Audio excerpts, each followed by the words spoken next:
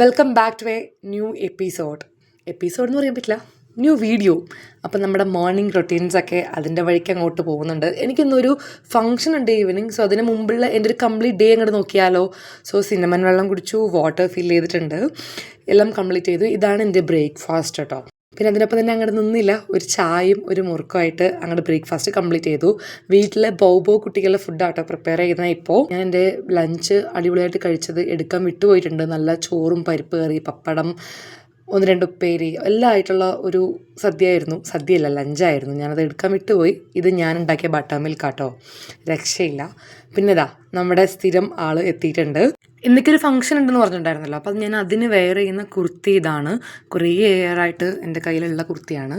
പിന്നെ അത് ഞാൻ തിരിച്ചെന്തെങ്കിലും ഒരു ന്യൂ മോഡലായിട്ട് ഇടാമെന്നൊക്കെ വിചാരിക്കുന്നുണ്ട്. എത്രത്തോളം അത് സക്സസ് ആവുമെന്ന് എനിക്ക് അറിയില്ല. ഇവിടെ നിങ്ങളുടെ അത്രയ്ക്ക് സമയമില്ല. സോ നമുക്ക് വേഗം പോയിട്ടൊന്ന് റെഡി ആയിട്ട് ഷടപടേന്നൊന്ന് വരാട്ടോ. ഇതാണ് ആഫ്റ്റർ എൻ്റെ മേക്കപ്പ് കേട്ടോ. വലിയൊരു മേക്കപ്പ് ഇടുന്ന ആളൊന്നുമല്ല. ഞാൻ എൻ്റെ ഹെയർ സ്റ്റൈലിംഗ് ടൂൾസൊക്കെ യൂസ് ചെയ്തിട്ടുണ്ടായിരുന്നു. ഈ 2 ടൂളാണ്. ഇതിൻ്റെ ഒപ്പം തന്നെ ഞാൻ ടഫ്റ്റിൻ്റെ ഒരു മോസും ദെൻ സെറ്റിംഗ് സ്പ്രേ ഒക്കെ ഇതാക്കിയിട്ട് മുടി ഒന്ന് ഒതുക്കി വെച്ചിട്ടുണ്ട്. മുടിയൊക്കെ സെറ്റ് ചെയ്ത് കഴിഞ്ഞപ്പോൾ ഉള്ളൊരു ഇത് ഇങ്ങനെയായിരുന്നു.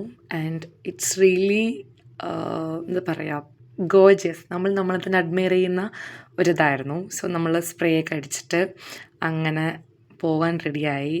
ഇച്ചിരി നന്നായിട്ട് ഒരുങ്ങുമ്പോൾ നമുക്ക് പിന്നെ അങ്ങോട്ട് കണ്ണാടിൻ്റെ അവിടെ നിന്ന് അങ്ങോട്ട് വരാൻ തോന്നില്ല. അപ്പോൾ അതാണ് ഈ കാണുന്നത്. അവിടെ പോയിട്ട് എനിക്ക് ഫുഡിൻ്റെ ക്ലിപ്സ് മാത്രമേ എടുക്കാൻ പറ്റുള്ളൂ. അപ്പോൾ ഇതൊക്കെയാണ് കഴിച്ചത്. That's all for today. By.